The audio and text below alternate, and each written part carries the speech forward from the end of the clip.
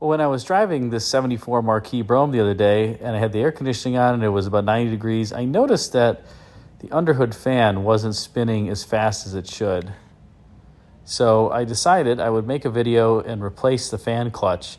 As on most of these, they're tending to go out if they're original by this time. And you want to make sure that you check them, because if they are not allowing the fluid to get viscous and the fan to spin at the appropriate speed, your car will overheat, especially on a hot summer day with the air conditioning on if you're idling in traffic. So watch this video and see how I did it.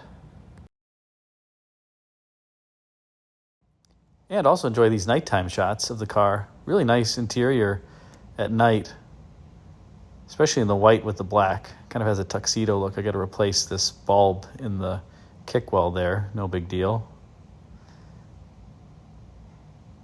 But everything else, very clean. Kind of looks like a fire chief's car in this color, but I enjoy it. Let's check out the repair video. So here we are. One of the things that I've been talking about is making sure you check your fan clutch to ensure that when it's hot, it's pulling the air across the radiator appropriately, especially on a hot day with the air conditioning on. And this one on my 74 Marquis was not. So I've taken the fan out. In order to get that out, you've got to kind of loosen this shroud, which is just these two bolts here and here, and it kind of gets loose. And you have to make sure that you put the fan clutch in back in here underneath the shroud so you can put the shroud in. But then really it's just, there's only 4 little bolts.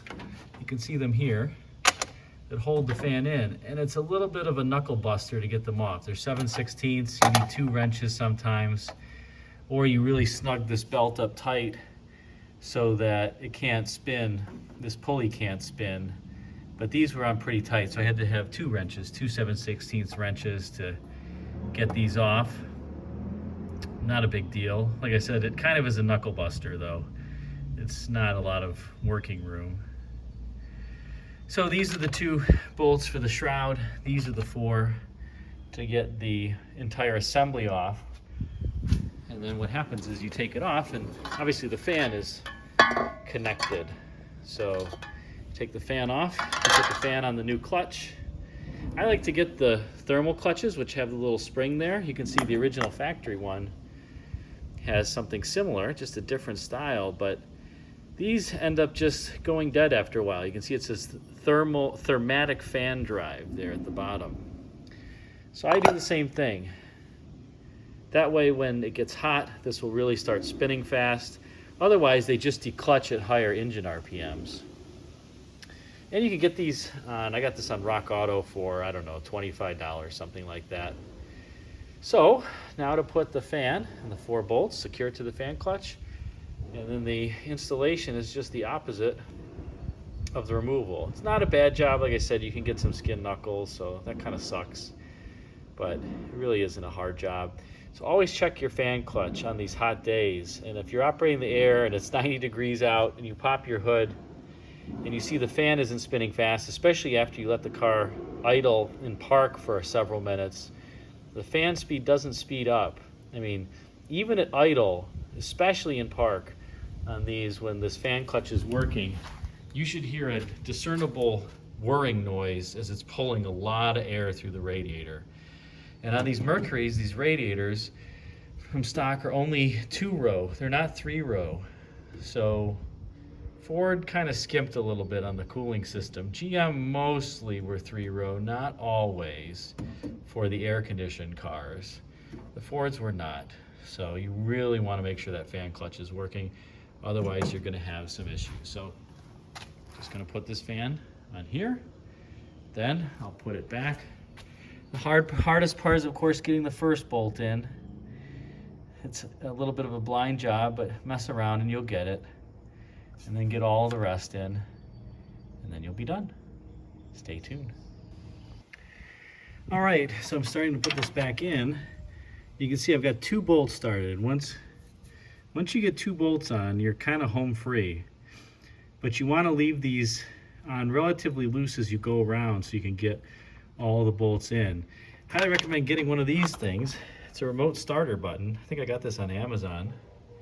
And on the Fords that have the starter solenoid there on the fender, you just connect one side to the positive cable and one side to the S terminal, and then you can just bump the starter. I've unhooked the coil here so it can't start, but you can see I just squeeze the trigger and then it spins around. And that's how I do the bolts.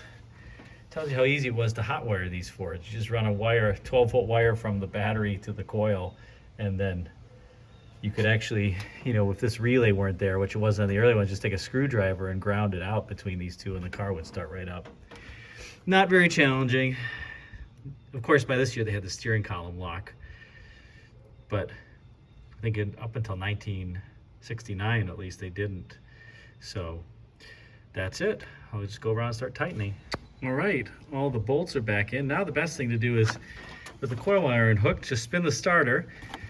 Check to make sure you don't hear any interference. So let's see. Looks good.